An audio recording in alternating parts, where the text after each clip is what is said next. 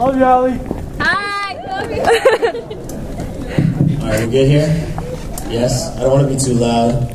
No, it gets loud right there, yeah. Okay. So, distinguished guests, ABL leadership, parents, and most importantly, graduates. Good afternoon and congratulations. Before I begin, I would like to thank Anna for the opportunity to be an instructor with the program this summer. It has truly been an enriching experience and blessing to be a part of such an outstanding program that seeks to discover the greatness that is within each of you. Interestingly, when you find yourself teaching others, you walk away with more knowledge and inspiration than you signed up to receive. As mentioned, my name is Somani, and I'm the instructor for the UCLA ABL site this summer.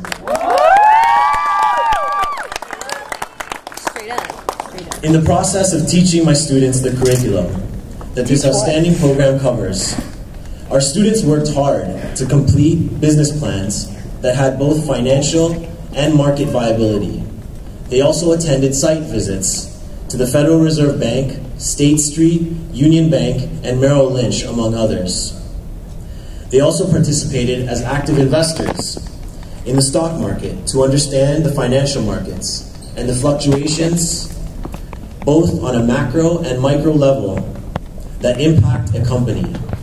And above all, they engaged in the process of understanding ABL's 7 core values of vision, integrity, responsibility, passion, courage, perseverance, and giving back. For the past 14 years, the Academy has built its reputation on not only building the future generation of leaders, but ones that are driven by a social and emotional compass to lead not only tomorrow, but also today. In the context of this intensive program, the instructing team of Jeremy Edmonds, Rose Jung, John McGuire, and Jonathan Masters, and myself, were tasked with dispensing their wisdom from their education, work experience, and lessons learned to ensure the students are given examples as well as action steps to develop a foothold on a socially conscious and ambitious future in business and leadership. Thus, today, in my last mini lecture at ABL and my largest class, it is with great privilege that I speak to you about failure. Now, while you might be asking yourself, why would someone want to discuss such a concept as failure on the eve of the day in which we are celebrating success? Allow me to expand. Over the course of the last 5 weeks, I've tried to convey to my students, sometimes explicitly and sometimes subliminally, that there are 2 reasons in which we fail at anything that we do. They are a lack of preparation or a lack of passion. I've experienced this firsthand. As I graduated from Columbia just 2 years ago, I had specialized in social entrepreneurship and finance. And I had applied to over 12 jobs in which I went to the final round of interviews for. And all 12, I lost the job. It was devastating, both to me emotionally as well as intellectually. And I was considering, why did I even complete this whole program? What was the purpose if I could not even get a job? Yet did I know that I was actually applying for positions that did not really interest me. And the first job that I saw that related to sports, and I saw that it was for a sports agency, I immediately got the offer. So how do you define success? So much of what we do in this world is premised on what other people teach us about success. I would like you to walk away with one very important message today. Do not allow others to define your success, regardless of their age or position. In today's digital world, you cannot be scared to polarize. Some will hate you and some will love you, and that's a good thing. I saw many groups in the business plan competition that we had being questioned by judges who suggested that maybe their market is not big enough, or maybe they're not specific enough. You have to be confident in your work and allow your confidence to exude in your responses. You will be challenged, but that's a good thing because it will give you experience and understanding. Not everyone you meet will believe in you. Trust me, I've met many people who doubted me. But you must allow your research and preparation to pre-qualify you for your goals. Within this program, so much of what Anna teaches us about is knowing you are enough, coming from a place of love coupled with intelligence. So I ask that as you move forward, prepare.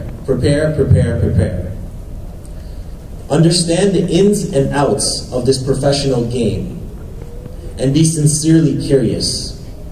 We have emphasized to you all that you must be a power networker. You all participated in the game of power networking, which have given you the capacity to expose you, what you may have overlooked in Anna's concept and request to involve yourself in power networking is that her capacity to expose you to countless business and community leaders is that networking must come from a place of respect and curiosity. Be curious, ask questions. When you simply ask for a business card, you get a contact. When you introduce yourself and ask a sincere question, not only will you get a contact, but you will get a believer in your intelligence. And there's more value in that than just a contact. So as you begin to think about college, consider how you can prepare for the opportunity. What elements of success for admission, what are the elements of success for your admission? And how will you be defined on your application? It is difficult to win a war when you're unfamiliar with the rules of engagement. As a 3.2 student GPA in college that attended Columbia for graduate business school, I can tell you firsthand the top tier schools in this country are tired of accepting 4.0 students with outstanding SAT scores. What they truly want are ambassadors. Ambassadors that have displayed leadership and have a social compass. Traits that you have all demonstrated at ABL this summer. The purpose of this speech today is to give you the confidence and understanding that no one has the right to tell you you cannot do something.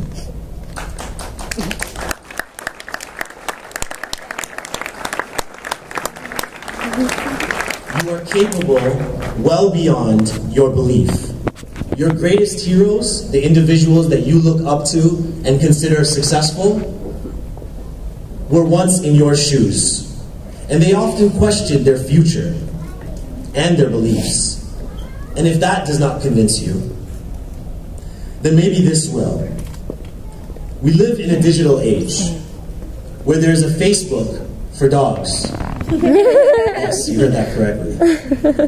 Which is currently receiving over $5 million in funding and has over 1 million dog profiles. So, your passion, what makes you smile, what brings you happiness, be it sports, dogs, fashion, art, science, skateboarding, or even your weird love of socks, is truly enough. You are enough. There is a market for your passion. So don't be afraid to fail over and over again until you find someone that believes in you and your dream. Because as I stand in front of you today, I want you to know that I believe in everything that you are and will do in the future.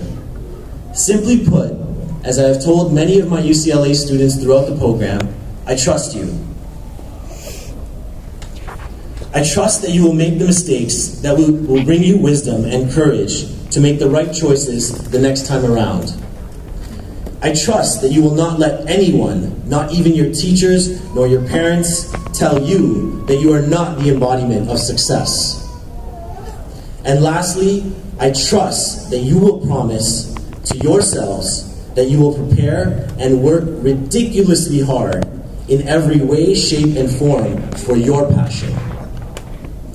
And in return, I will promise that through that preparation and belief, you will be among the very best leaders this world has. Not because we need more finance executives, but because we need more visionary, creative leaders that will push the boundaries of what this world truly needs, which is simply put, fearless, passionate leaders. So in the end, I ask that you have fun, laugh, cause a little bit of trouble, even for your teachers. Stay in touch with your friends, the ones you have made here and the ones you have at school. And to know that you must enjoy the amazing opportunities that you have in front of you. And when you see yourself more engaged, curious, or passionate, take note, because that may be the ticket to a very successful and happy future. Congratulations.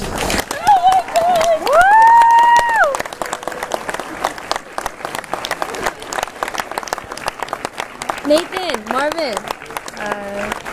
Hi. Wow, let's give Ali another round of applause. So beautifully said. Thank you so much for your